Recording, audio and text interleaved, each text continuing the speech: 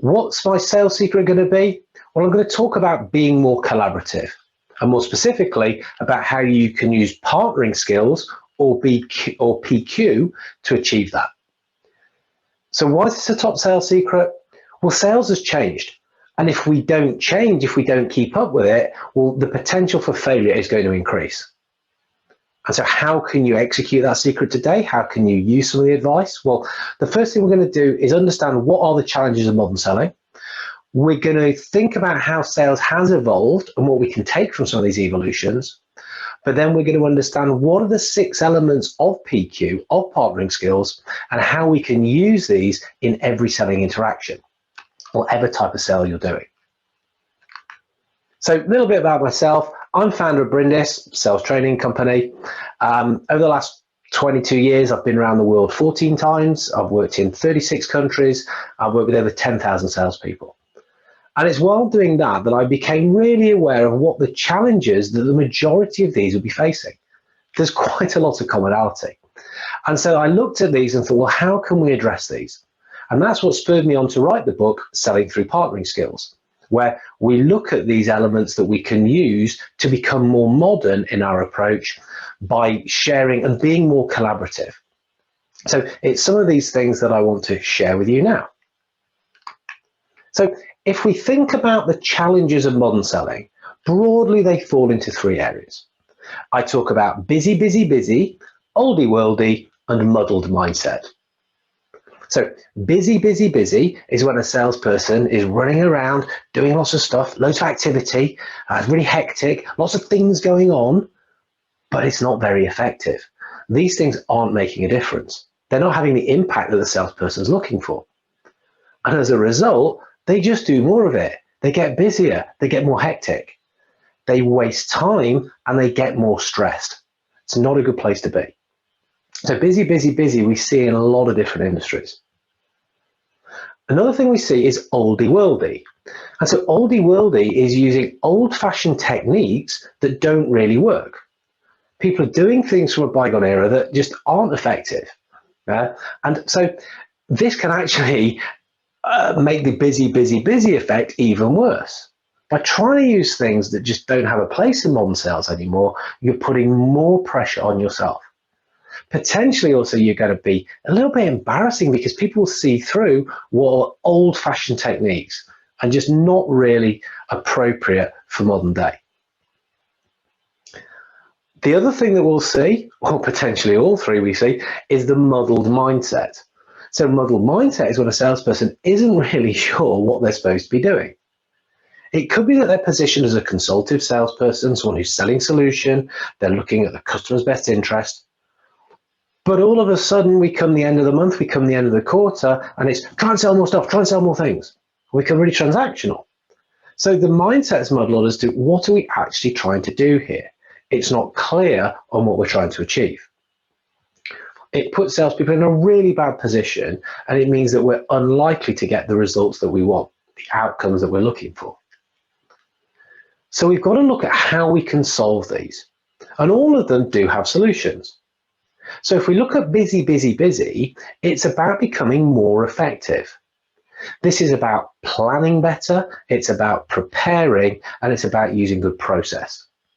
It's really thinking about how are we going to approach our sale, how are we going to approach our activity, how are we going to manage ourselves to do things time and time again in a way that does make a difference. We can approach Oldy, worldy by getting more up to date. And this is all about flipping the sales approach. Flip it around so the focus is on the customer.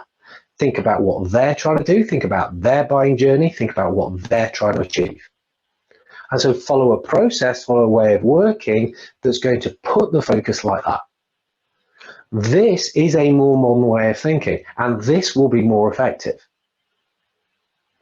When we deal with the muddled mindset, by giving clarity. And this has really got to come from the top of the organization. They've got to be clear on what it is that we're actually trying to do, we're actually trying to achieve. If we can establish that, management can get far better at coaching. They can get far better at helping salespeople do what they really need to do to make a difference for the customer.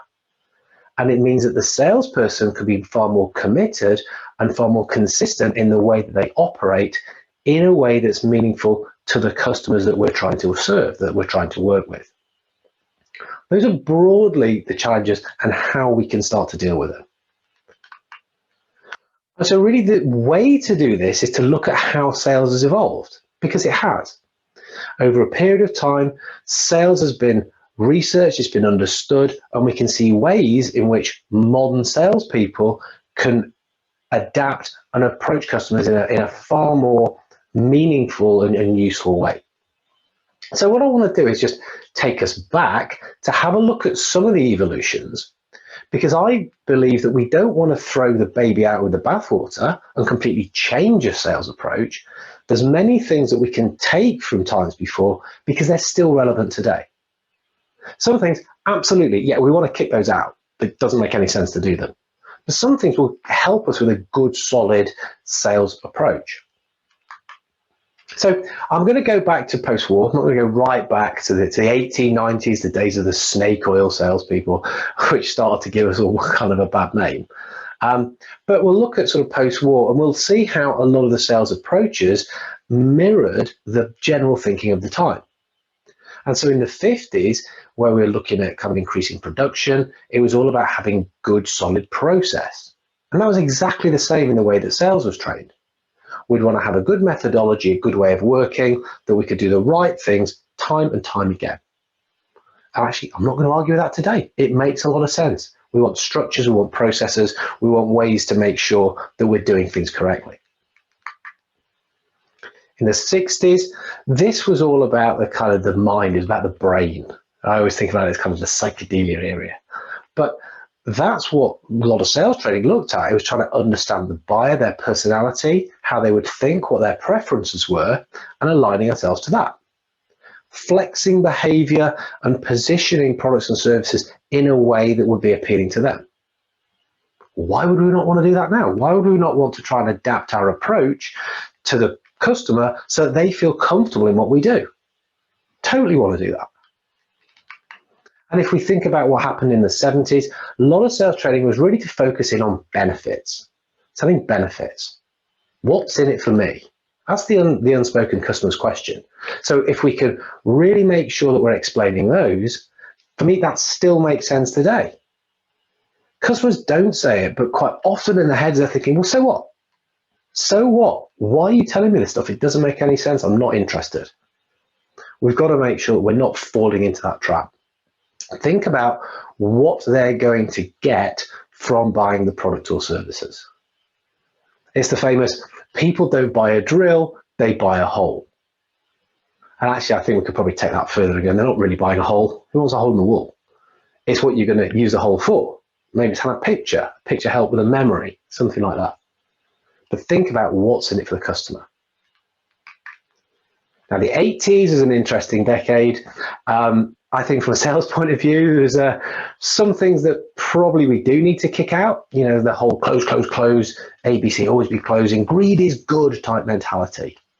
Not so sure about that. However, sales is about making advancements. It's about getting commitment. It's moving to the next stage. And if we do take something from that era, it's that we do need to keep moving forward. We do need to keep a sale progressing. But really where we do need to be focused, and we can take a lot of stuff, is from the 90s. So in the 90s, this was where consultative selling really came to life. Focusing in on a customer's needs, asking good questions, understanding what the impact of doing something or not doing something might make somebody.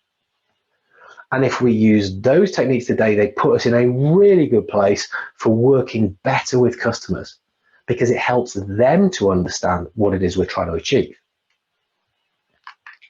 If we look at the noughties approach, where we took that stuff from the 90s but built on it even further to focus on value, again, that's something that I would say any modern salesperson would need to understand to be effective today, in today's environment, and how we need to sell to be most useful and most helpful to customers.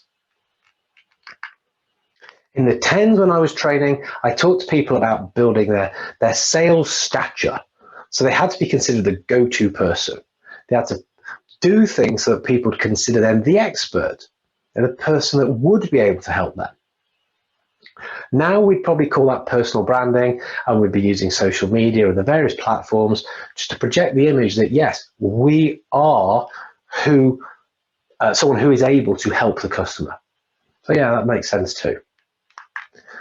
And in the 20s, this is all about collaborative selling. So I was setting up to talk about this pre-COVID. COVID comes along, lockdowns, all those changes, working from home, virtual selling, video exploding. But still for me, this is all about ways to be more collaborative. The collaborative selling approach is of our time. And there are just some extra tools or some thinking that we can use to get effective at it. So collaborative selling is what we want to be thinking about. And so PQ, or partnering skills, is something that can help that mindset, help that ethos. It comes from some research from a guy called Steve Dent, who back in the late 80s, early 90s, was looking at how large organizations were building business alliances. So he looked at this because they wanted to be more effective with them. Of course they did. But what he found out was, well, to cut a long story short, organizations don't partner, people do. It was the people skills and the people involved in these relationships that when they could interact properly, that was where they were getting the business benefits. So he codified and worked out what these skills are. And when I came across them, I thought, well, this makes sense to anybody in sales. Doesn't have to be a full-on business alliance, doesn't even need to be partnering and in channel. This is any person, any sale. If you have this as your mindset, it can set you up to being more collaborative in your approach and to be more effective in the way that we need to work today. There are 6 elements to PQ. And if we think about these, we can work out how we can use them to become more collaborative. So one of the elements, the element I usually start with, and they're all interrelated, but I always start with this, is trust. So trust is the foundation for relationships. Trust helps us communicate well. Trust helps us work better with people that we want to collaborate with. So we think about what are the things that we can do to build trust. How can we be more credible? How can we be more reliable? How can we be more intimate with people? In other words, do we know our stuff? Do we do what we say we're going to do? Are we safe with people's information?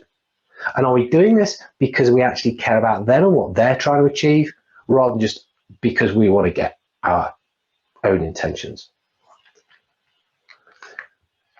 The next element is win-win orientation, win-win focus. And we've been talking about win-win in sales for a long time.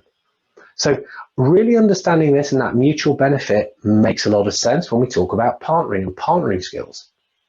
So it's working out what are people's expectations, how can we fulfill those, but how can we make sure that ours are satisfied too? It means that if there is conflict, if there's problem, if there's negotiations take place, we're more likely to be able to do that more effectively. So having a win-win focus really does help a professional seller. As does being comfortable with interdependence. Interdependence. Your success is going to be reliant on other people's success. So we need to be okay with that.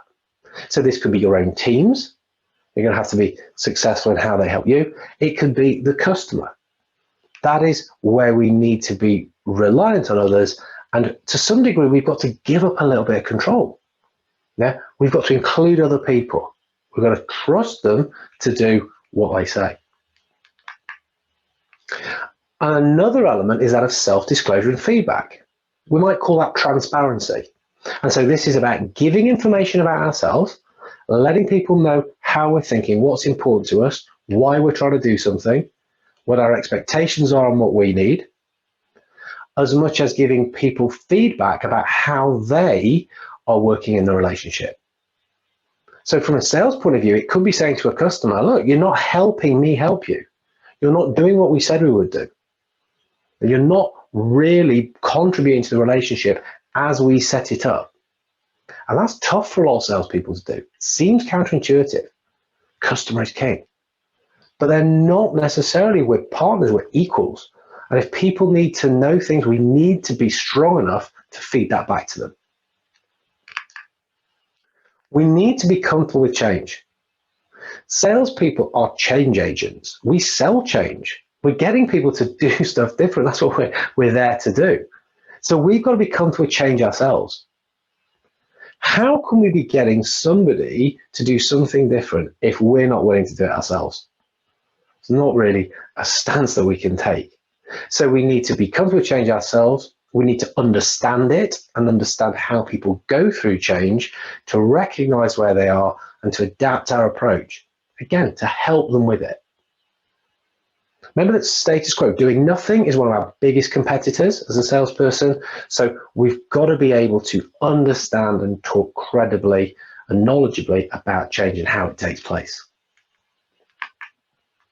And the last element, or one of the other element, is future orientation. So it's about common goals, it's about working towards a vision, it's about understanding what that is and making decisions together based on that. Not looking backwards, but thinking about what it is we're trying to achieve, where we want to go. Doesn't mean that we don't take any account of the past, but if we focus too much on that, we'll be missing the point in that we're trying to move things forward. So the framework I use to bring this all together is the value framework. So this is a way in which salespeople can take the thinking from before, take all good sales best practice that hasn't gone away, won't go away, how they can take the partnering skills and really bring these together. That's what the value framework does for us. Broadly, it's about validating the customer. So it's about understanding that potential for a relationship, whether there's somebody that we want to work with. I believe very much that it takes two to tango. So we've got to look at not just whether they qualify on a bunch of kind of objective criteria, but on more subjective, are they the kind of people we'd want to work with? Will they respond to this approach? It makes a lot of sense to do that. We then align, we work out what it is we could do for them. So this is about the homework that we do to think about where can we really start to bring value? Who's going to be part of making that decision? We know that stakeholders are increasing. So how can we align ourselves and work out, are we going to be talking to everybody's needs, everybody's concerns, everyone's wants? So we can start to bring this together when we leverage that into the interactions that we have, into the approaches that we make, how we run sales meetings, how we run calls, how we talk to customers and interact to try to bring this all together. For success with that, it means we can move forward, we advance, get the commitment to the next stage. So we need to underpin what our proposals are. Now we need to back up, we need to prove what it is that we're saying, why it'll work for them. This is where implementation or even mutual action plans come in very, very useful, because it shows that we've got a way ahead. We're working together to achieve those particular outcomes. This should all work well to get us to the point where we can evolve the whole relationship. We can keep moving forward. We can keep working together. We can deliver on the outcomes. We can deliver on the results that we've promised. Value framework helps us bring this thinking together.